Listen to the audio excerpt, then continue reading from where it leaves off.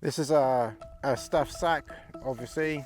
This might be one of 2 Z-Pack items that I have. In here I've got a toothbrush, a Dr. Bonner soap you can use for your teeth if you're, desperate. And then I keep everything else in 1, 2 dry bags, like Ziploc type bags. And as you can tell, I carry a drop of iodine, and it's obviously had a little bit of a leak in there. Now, like I said, it's been a long time since I've opened this because I virtually never use it. So in there is a small drop of iodine. Obviously some has leaked out, but very little. I deliberately only keep a tiny drop in there because it's a liquid and liquid is weight. So I only keep a drop of iodine. Inside this sticky plastery thing is some cotton wool. And obviously that's just for, securing things in place. That is a small pot of foot rub. So if you start to feel a sore spot or something like that, then just rub that on your feet and it helps to protect your feet. This is a small pot of Savlon, needle and thread in there, 6 ibuprofen, cocodamol, loperamide, in case you get the trots. That's really in case someone is stupid enough not to filter their water, but as you can see, so far, never needed those. That's for bowel calm, so again, if you get a tummy upset or something like that. I have taken 2 out, but that certainly wasn't for runny business with water. I don't even know, I haven't been inside this pack for a very long time. In fact, there's another ibuprofen, there's another ibuprofen there. A tick remover, Stugaron. Now I guess if you had trouble sleeping or something like that, you could take a Stugaron, or if you had an allergy to something, you could take Stugaron. There's a plaster.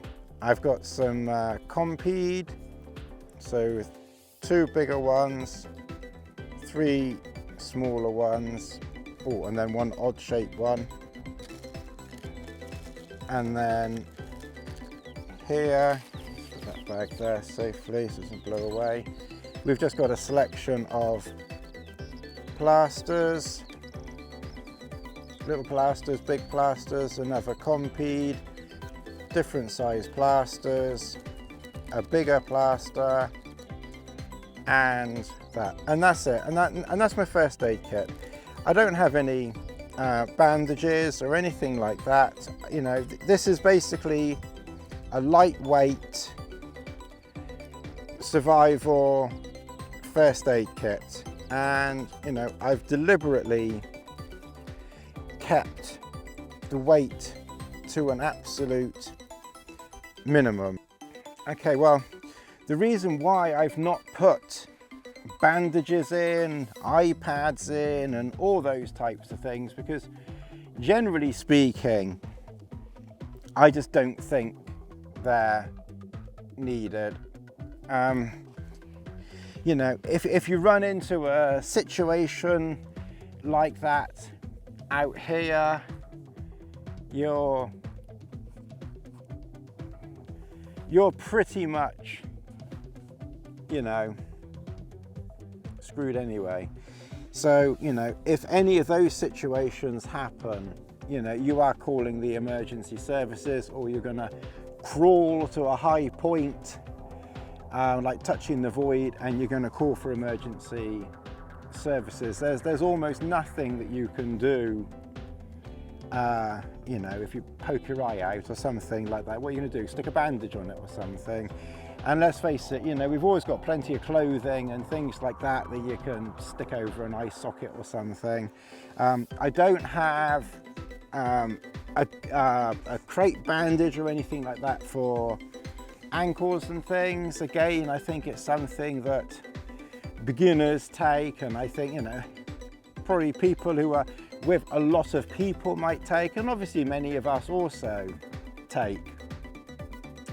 But it was something that I looked into in the early days of camping, and the general conclusion is, if you've buckled your ankle up so much that you can't walk on it, sticking a bandage around it isn't going to get you out anyway, and you're still going to have to call emergency services. So you almost may as well just, you know, save the weight, save the space and things like that. So, you know, and again, in an absolute emergency, there's probably something else that you can wrap around yourself. There's usually some clothes or something like that that's going spare in an emergency. And that's why, you know, I keep my first aid kit to a very, very basic minimum thing, just to cover scratches, bites, stings, grazes, you know, ticks. And funnily enough, touch wood, so far I've never, and I've been out here for many years, never actually had a tick on me. I did, strangely enough, last trip see a tick walking up my trousers, and Lassie gets them on her, but I've never, thankfully, had a tick. So anyway, that's a basic bare minimum, you know, that you need for backpacking and hiking. And even some of this you could probably thin down, you know, a little bit more and still save a bit of weight, but you know, it is what it is. This is my basic kit, and this is what I take, and this is what I would recommend you take as a minimum. And then obviously you can put in your eye pads and your eye bandages and your your slings and your leg pads and your head pads, and you know, if you want to put all that in, then, you know, be my guest and carry it. But like I said, I think if you're in the situation where you're going to need that stuff, the chances are you're calling 999 anyway, and in the meantime you've probably got something that you can whack on yourself. So I think you're covered with the bare minimum out here, and we're not literal, and also we're not, nowhere in this country, you know, realistically are we, you know, far from help. You know, we're not in the middle of the Himalayas or something like that. If you're doing an expedition or something like that, you'd probably have a, you know, box of everything. But you know, around here, I think the bare minimum, you know, covers most things. So that's my first aid kit. Short, sweet, relatively simple. Hope you enjoy this video, the style of video.